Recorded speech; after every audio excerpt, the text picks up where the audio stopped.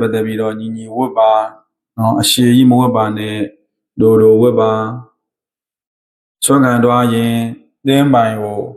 အဘောတရားအောက်တရားမဝတ်ပါနဲ့ချက်ချင်းပြန်လဲခိုင်းမှာလဲခိုင်းအောင်လည်းမဟုတ်ဘူးအဲ့ဒါအရေးယူမှာထိုင်ထားခိုင်းရင်ခိုင်းပဲကွာနော်မဖြစ်ပါစေနဲ့ထက်ခါတက်က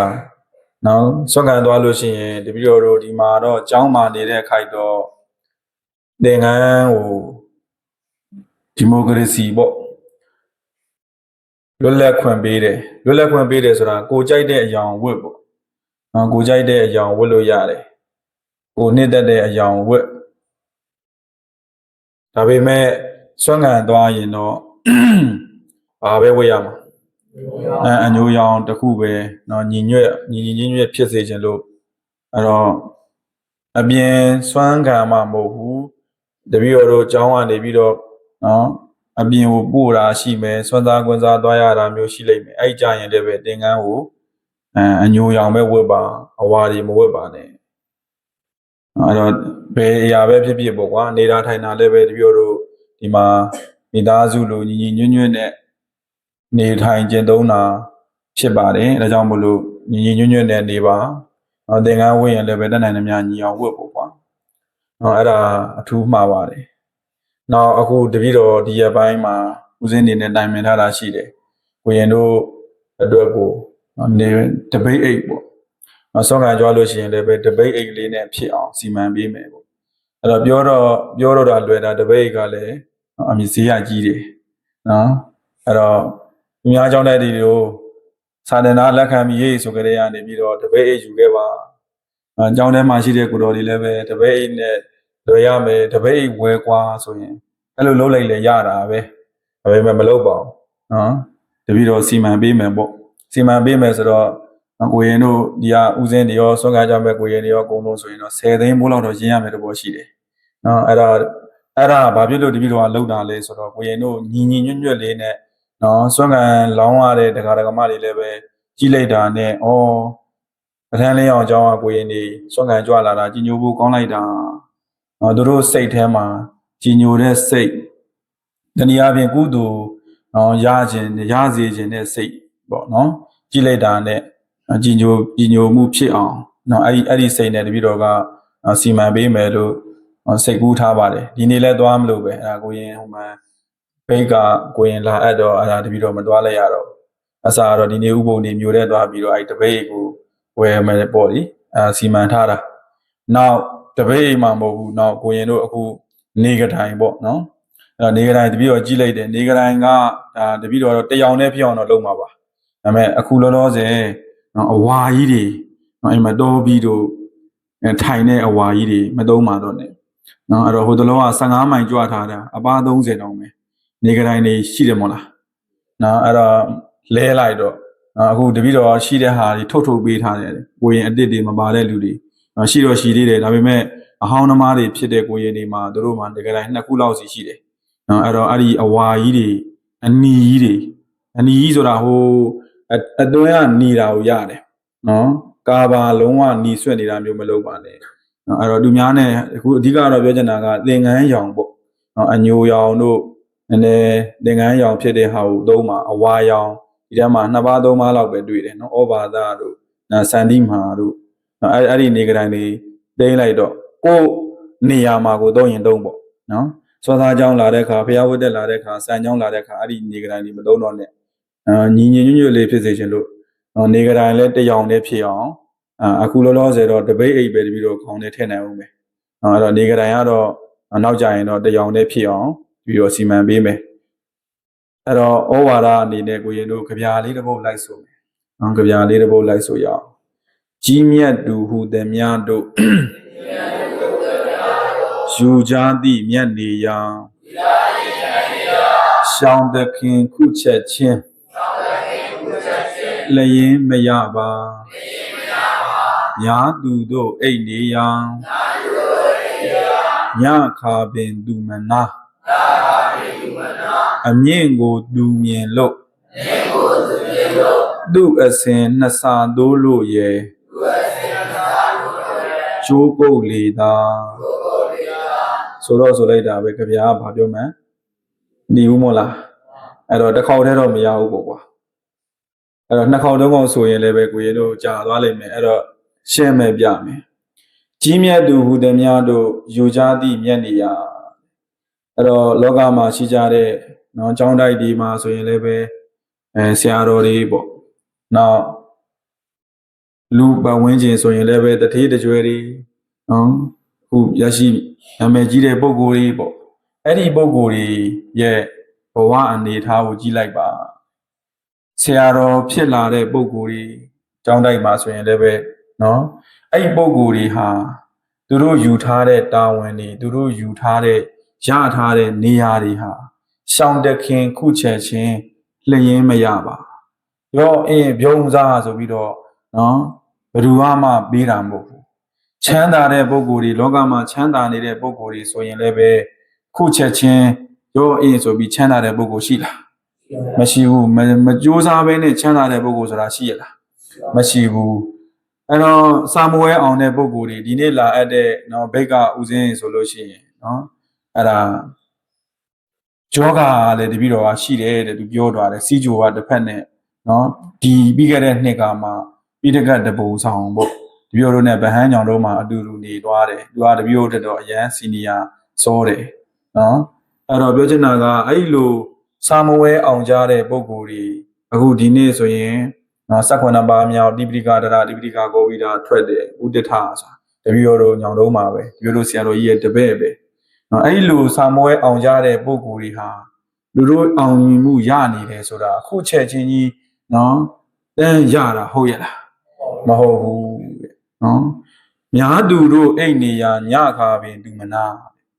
နော်အဲ့တော့ဥဒိဋ္ဌရဲ့အင်တာဗျူးတွေတပည့်တော်တို့နော်သူ့ရဲ့အကြောင်းသူရေးတဲ့သူကိုယ်တိုင်ပြောတာတွေတပည့်တော်နဲ့လည်းစုံဘူးတယ်နော်တပည့်တော်တို့ညောင်တို့မှနေစဉ်ကအခုနောက်ဆုံးပိတ်အပြီးတော့မှနောက်ပိုင်းဖြေတော့တပည့်တော်တို့ဆရာတော်ကြီးစီမှာလာပြီးတော့သူလာစာဝါတက်တယ်စာဝါတက်ပြီးဆိုရင်တပည့်တော်နေရာမှာလာနားတယ်တပည့်တော်နဲ့သူစကားတွေပြောပေါ့လေတောက်လိုက်စားလိုက်ဟိုရေကော်ဖီပါညာကတ်ပေါ့အဲ့လိုမျိုးနဲ့နေတယ်ဥဒ္ဒထဆိုတာတပည့်တော်လည်းခင်ပါတယ်အဲ့တော့သူတို့ဆိုရင်အများတွေအိတ်တို့သူမှမအိတ်ဘူးနော်ကြိုးစားရတယ်များသူတို့အိတ်နေရညခါပင်သူမနာသူတို့အဲ့လိုအောင်မြင်မှုရဖို့အတွက်သူများအိတ်တယ်လို့သူတို့အိတ်နေလို့ရရလားမရဘူးတဲ့နော်အမြင့်ကိုသူမြင်လို့သူ့အစဉ်နှစ်စာတိုးလို့ရဲ့ကျိုးပုတ်တည်တာ။ဩငါဒီတိပိဋကဒရာကြီးရဖို့အတွက်ကိုနော်ငါနှစ်ဆကြိုးစားမှရမယ်။လူများတွေလို့နေလို့မရဘူးဆိုပြီးအဲ့ဒီလိုစိတ်နဲ့နော်ကြိုးစားလိုက်တဲ့အခါနော်နှစ်ပေါင်းများစွာဒါတော့တစ်နှစ်ထဲကြိုးစားတာမဟုတ်နှစ်ပေါင်းများစွာအဲ့လိုကြိုးစားလို့နော်တိပိဋကဒရာတိပိဋကကောဝိဒဘွဲတွေရတယ်ဒီနေ့ကိုရင်အစ်စ်လာအပ်တဲ့ဥခေမေဆိုရင်လည်းပဲအဲ့ဒီတိုင်းပဲသူဟာနှစ်ပေါင်းများစွာရင်းပြီးတော့ကြိုးစားခဲ့ရတယ်အဲ့တော့ပြောချင်တာကကိုရင်တို့လည်းပဲအခုဒီနေ့စာမဝဲအကြခင်မဖြေဘူးလားဖြေရတော့မလားဖြေရတော့မယ်အဲ့တော့ဟာစာမဝဲကြီးအောင်ကျင်လိုက်တာကွာလို့အဲ့လိုဗဇက်ထဲကပြောနေုံနဲ့တော့စာမဝဲကအောင်ပါမလားမအောင်ဘူးအဲ့တော့ကိုရင်တို့မနေ့ကလည်းတပည့်တော်ပြောလိုက်တယ်စာမဝဲကစက်မထွက်ခင်ကတည်းကနော်စာမဝဲကြခြင်းရဲ့အရှုံးကိုစော်ကြီးကလေးကမုံထားကစက်ထွက်တဲ့အချိန်မှာကုပွဲပေါအောင်ခုကလေးကကိုရင်တို့ရဲ့လက်ထဲမှာပဲရှိတယ်အခွင့်အရေးကနော်အဲ့တော့ခုချိန်မှာဘာမလုပ်ရဘူးဘုန်းကြီးကဘာမလုပ်နဲ့ဖုံးမကန်ရဘူးစတဲ့ဖြင့်ပေါ့လေဥပုပ်နေလဲစာကြောင်းလေးတက်ခိုင်းတာပဲဒီလိုမတွေးနဲ့ဒီအချိန်ကကိုရင်တို့ရဲ့အခွင့်အရေးပဲနောက်မှကိုရင်တို့ကြိုးစားခြင်းလို့ကြိုးစားလို့စာမွေးဖြည့်ပြီးကကြမှာကြိုးစားခြင်းလို့ရသေးလားမရတော့ဘူးနော်အဲ့တော့ဘယ်လိုပုဂ္ဂိုလ်တွေပဲဖြစ်ဖြစ်လောကမှာကြီးကျယ်မြင့်မြတ်တဲ့ပုဂ္ဂိုလ်တွေဟာအဲ့လိုနေရာဌာနတွေရနေကြတယ်အောင်မြင်မှုတွေရနေကြတယ်ဆိုတာခုချက်ချင်းရှောင်းတဲ့ခင်ခုချက်ချင်းရတာမဟုတ်ပါဘူးလူများတဲ့နှစ်ဆပါလို့လဲကြိုးစားလို့ရတာပါတဲ့အဲကြောင့်ကိုရင်တို့လည်းပဲပြောချင်တာကြိုးစားဖို့မလိုလားလို့လားအဲ့တော့ဦးဇင်းတို့မြတ်စွာဘုရားရှင်တန်ရုပ်မှာမြတ်စွာဘုရားဟောတယ်မနေ့ကလည်းတပည့်တော်ဒီရပ်ပိုင်းခဏပြောတယ်ဟိနေနဘိက္ခဝေနဘိက္ခဝေဟိနေနအကတ္တပတ္တိဟောတိဘိက္ခဝေယဟန်တို့ဟိနေနယုံညံ့တဲ့ လုံလဝိရိယဖြင့်တနည်းအားဖြင့်ယုံညံ့တဲ့စိတ်ဓာတ်ဖြင့်အကတ္တပတ္တိနာဟောတိအမျက်ဆုံးဖြစ်တဲ့အမျက်စားဖြစ်တဲ့အရာတွေကိုနာဟောတိမရနိုင်ဘူးမဖြစ်နိုင်ဘူးအဉ္ဇဉ်စားလုံလဝိရိယနဲ့အမျက်စားကိုညှော်မှန်းနေလို့ရပါမလားကိုရင်တို့မကြိုးစားမဲနဲ့စာမဝဲကြီးအောင်မြင်လိုက်တာကွာလို့လုပ်လို့ရပါမလားမရဘူးအဂေနာသခောပနာဘေကဝေအကတ္တပတ္တိဟောတိအမျက်စားလုံလဝိရိယဖြစ်လာလေရင်အမျက်စားအကျိုးကိုရနိုင်မှာဖြစ်တယ်ထိုက်တဲ့ပေးဆံမှုမရှိဘဲနဲ့ရနိုင်မှာမလားမရဘူးเนาะအဲ့တော့ထိုက်တဲ့လုံလဝိရိယเนาะအဲ့တော့ထိုက်တဲ့စိတ်ဓာတ်ထိုက်တဲ့เนาะကြိုးစားအားထုတ်မှုရှိနေရမယ်စိတ်ဓာတ်ကလည်းပဲမြင့်မြတ်နေရမယ်เนาะယုံနေတဲ့စိတ်ဓာတ်နဲ့ဒုက္ခိနဝိရတတိပြင်းပြင်းကြီးနဲ့ဒုက္ခံဘိကဝေကုတိတောဟောတိတဲ့ဒုက္ခံဘိကဝေကုတိတောဟောတိကုတိတောပြင်းကြီးနေသောပုဂ္ဂိုလ်ဒီဒုက္ခံဆင်းရဲစွာဝိရတိနေရပါတယ်ပြင်းကြီးတဲ့ပုဂ္ဂိုလ်တွေဟာလောကမှာချမ်းသာတဲ့ပုဂ္ဂိုလ်ဆိုတာရှိရလားမရှိဘူးအဲ့တော့ကိုရင်တို့ပြင်းနေမယ်ဆိုရင်စာတန်တိုင်းလာပြီးတော့ကိုရင်တို့ဒီကိုလာတာနော်တနည်းအားဖြင့်နော်အလုံးလုံးဖို့လာကြတာနော်စာတင်နိုင်လာပြီးတော့ပြင်းရည်နေဆွေးနေဒါမျိုးတွေမမြင်ချင်ဘူးနော်စာတင်နိုင်လို့ကိုယ့်အလုပ်ကိုကိုယ်လုပ်ဖို့လိုတယ်နော်အဲ့တော့စာတင်နိုင်လာပြီးတော့စာမကြိုးစားချင်ဘူးနော်တချို့ကိုရင်တွေရှိတယ်နော်အဲ့တော့မပြင်းလို့ကျောင်းမှာမနေချင်ဘူးဆိုရင်နော်ကိုရင်တို့ကိုယ်တဘောနဲ့ကိုပြောင်းလို့ရတယ်လူထွက်မှာဆိုလည်းထွက်လို့ရတယ်တပည့်တော်တို့စာချဘုန်းကြီးတွေကိုဒုက္ခမပေးနဲ့နော်တချို့ကိုရင်တွေကရှိတယ်ကျောင်းကနေပြီးတော့ထွက်ချင်တာဘယ်သူ့ကိုမှကိုရင်တို့မတားထားဘူးနော်အဲ့တော့ထွက်ချင်ရင်ထွက်လို့ရတယ်အဲ့တော့ကိုပြင်းတာနဲ့တနည်းအားဖြင့်ကိုကျောင်းကနေထွက်ချင်တာနဲ့ဘေးပတ်ဝန်းကျင်ကိုဒုက္ခမပေးနဲ့ဆာချဘုန်းကြီးတွေအလုံးရှုံအောင်မလုပ်နဲ့နော်တချို့ကရှိတယ်ကိုလူထွက်ချင်တာနဲ့ဘေးလူပါဆွဲတာဘေးလူပါဆွဲတယ်စီကံဖောက်ဖြက်တယ်ဆေးလိမ်တောက်ချင်တယ်ဝင်ရစားခြင်းတယ်စသဖြင့်ပေါ့လေအဲ့ဒါမျိုးတွေလုပ်တာအဲ့ဒါမလုပ်နဲ့အစောကြီးကလေးကမလုပ်နဲ့ကိုရင်တို့ဘယ်သူမှဇွတ်ဆွဲပြီးမထားဘူးပြောချင်တာကပြင်းတဲ့ပုံကိုယ်တွေအကြောင်းထဲမှာလာပြီးတော့မစုပါနဲ့ပြင်းနေလို့မရဘူးလို့ပြောချင်တာကိုယ်စာကိုကြိုးစားကိုရင်တို့ဒီကိုလာတာကိုရင်တို့မိဘဆရာသမားတွေဒီကိုလာအပ်ထားကြတာကိုရင်တို့ကြိုးစားဖို့လာအပ်ထားတာအဲ့တော့ကြိုးစားပါဒုက္ခံဘိကဝေကုတိတော်ဝိရတိပြင်းရတဲ့ပုံကိုယ်တွေဟာစင်စင်ရဲရဲနေရတတ်ပါတယ်အာဒတ္တဝီရိယောခောပါဏဒုက္ခံဝိရတိကြိုးစားလုံးလဝိရိယရှိတဲ့ပုဂ္ဂိုလ်တွေကဒါလည်းဒုက္ခံဝိရတိဘယ်လိုနေရမှာလဲတော့ချမ်းသာနေရမယ်အဲ့တော့ကိုရင်တို့ဒီရပိုင်းနှစ်ပတ်လောက်ပဲရှိတော့တဲ့အတိုင်းမှာကြိုးစားလိုက်ပါအဲ့ဒီကြိုးစားမှုရဲ့ရလက်ဟာဒုက္ခံဝိရတိကိုရင်တို့လာမယ့်နှစ်အလက်တန်းကိုရင်ဒီအကြီးတန်းဆိုတဲ့ချမ်းသာမှုကိုမရဘူးလားရမလားအငယ်တန်းကိုရင်ကလည်းအလက်တန်းဆိုတဲ့အောင်မြင်မှုကိုရလိမ့်မယ်အဲကြောင့်မလို့မပြင်းပါနဲ့အဲ့တော့အခုလိုအောင်မြင်နေကြတဲ့ပုဂ္ဂိုလ်တွေဟာပြင်းကြီးလို့အောင်မြင်မှုတွေရခဲ့ကြတာမဟုတ်ဘူးကြိုးစားလို့ဘာဖြစ်တာအောင်မြင်မှုတွေရနေကြတာဖြစ်တယ်အဲ့တော့ဘယ်လိုကြိုးစားရမလဲဆိုတော့အင်းစေဝါမဆရာတော်ကြီးရဲ့ခဗျာလေးတော်တော်လေးပဲလိုက်ဆိုကြည့်လိုက်မယ်မလျှော့အာမန်မချမ်းတတိဇွဲရှိဖြင့်ဝီရိယကိုလုံးလထူ၍သူမတူအောင်ကြိုးစားလေလောနောက်တစ်ခေါက်ဆိုမယ်မလျှော့အာမန်မချမ်းတတိဇွဲရှိဖြင့်ဝီရိယကိုလုံးလထူ၍သူမတူအောင်ကြိုးစားလေလောအဲ့တော့အင်းစိန်ရွာမှာဆရာတော်ကြီးကကြိုးစားဖို့ဘယ်လိုဆုံးမထားတယ်လဲဆိုရင်မလျှော့အာမန်စာရီကလည်းများလိုက်တာကွာဟိုကလည်းမရသေးဘူးဒီကလည်းမရသေးဘူးဆိုပြီးတော့အဲ့လိုအာမန်လည်းမလျှော့လိုက်နဲ့ကိုရင်တို့အချိန်မကြံဘူးလားကြံနေလားအကြံနေတယ်မလျှော့အာမန်ဒီနေ့ဒီနေ့လို့ရင်ကိုရင်တို့မမီဘူးလားမီလားနောက်မချန်တတ်တိတတိရလည်းပဲမချန်နဲ့မကြောက်နဲ့ဇွဲရှိဖြင့်ဇွဲရလည်းပဲမရှိဘူးလားရှိရမလားတရထဲလုပ်လို့မရဘူးနေတိုင်းမလုပ်ရမလဲ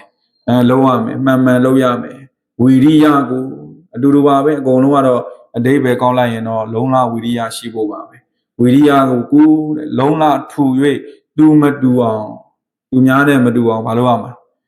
ကြိုးစားပါသူများပြင်းတဲ့အချိန်သူများပြင်းနေတာတွေမပြင်းနဲ့သူများဆော့နေတဲ့အချိန်မှာမဆော့နဲ့ဒါဆိုရင်ကိုရင်တို့အာရတ္တဝိရိယေခောပါဏဘိက္ခဝေဒုက္ခံဝိရတိလုံလဝိရိယနဲ့နေတဲ့ပုဂ္ဂိုလ်ရဲ့အကျိုးရလဒ်ဖြစ်တဲ့ချမ်းသာမှုကိုမရဘူးလားရမလားရနိုင်မယ်လို့ဒါကြောင့်မို့လို့ကိုရင်တို့ဒီတစ်ပတ်တပည့်တော်ဩဝါဒအနေနဲ့အဓိကအနှစ်ချုပ်ကတော့ကြိုးစားပါစာတင်နိုင်လာပြီးတော့မပြင်းပါနဲ့စီကံမဖောက်ဖျက်ပါနဲ့စီကံတိုင်းနေပါပြင်းရင်အခုကတည်းကမလုပ်ပါပြန်ဟုတ်ပြီလားပြင်းတဲ့ပုံကိုယ်တွေဒီမှာလာနေလို့မရဘူးကြိုးစားဖို့လိုတယ်နော်ဒါစာချဘုန်းကြီးတွေလည်းပဲဒုက္ခပေးရမရောက်တော့ဘူးเนาะအဲ့တော့ကြိုးစားပါအခုအချိန်ရတဲ့အခိုက်လေးမှာတက်နိုင်တဲ့များကြိုးစားပြီးတော့မိမိတို့ရဲ့အောင်မြင်မှုတွေကိုကိုယ်စီရရှိနိုင်ကြပါစေကုန်တည်း